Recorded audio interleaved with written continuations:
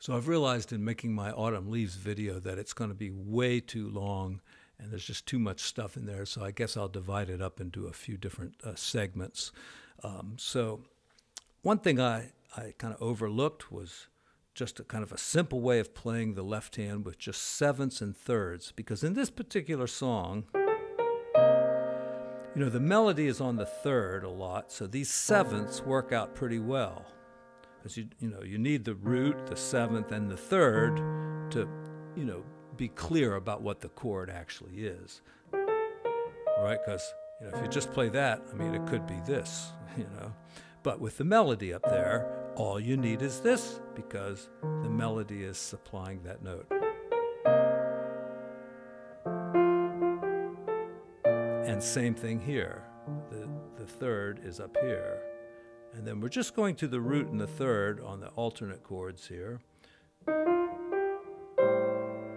right. And there we're kind of lacking the flat five. You could leave it out, but it'd be nice to put it in. And it is in the melody right there. So why not just kind of sneak it in there? And then here we got either a seventh or a sixth. And you can always put in a fifth if you like. All right? It's okay to put in fifths in the chords, even dominant chords. But on dominant chords, when you start adding all that stuff, the fifth just adds this element of stability that isn't really necessary. So that's why we leave it out a lot of times on dominant chords. But on major and minor chords, they don't cause as much damage, and sometimes they help the chord a little bit. See? Sounds fine there. And then maybe you put the flat 9 in here, or maybe the seventh.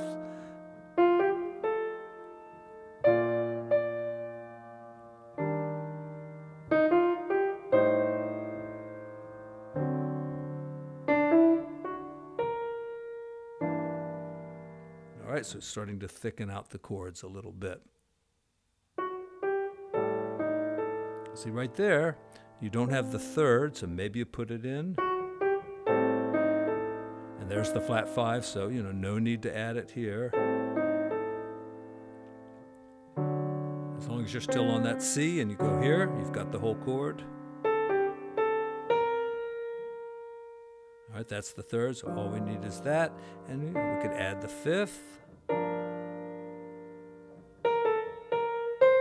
All right, now we just got the root there, so we're going to have to fill in everything, the seventh and the third.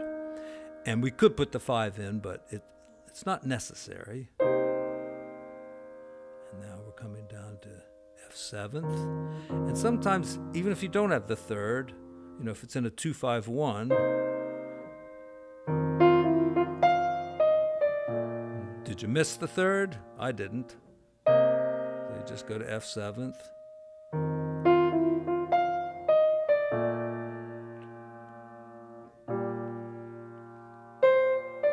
Just changed it to a 6th chord there.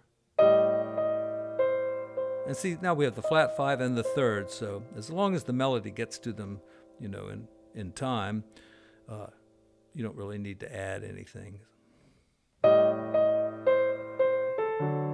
Right there, it should be a 7th chord. We could add the 7th, or we could even add the flat 9, which gives it enough tension to make it sound like a dominant chord.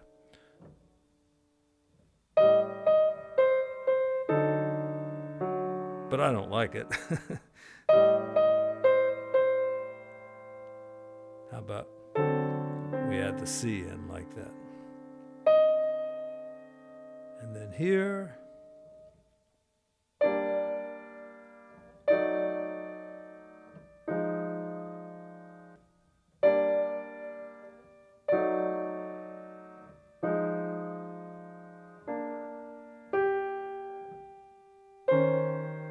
Now hang on to the G there because it'll help fill in the chord. See, it's the third of the E flat chord.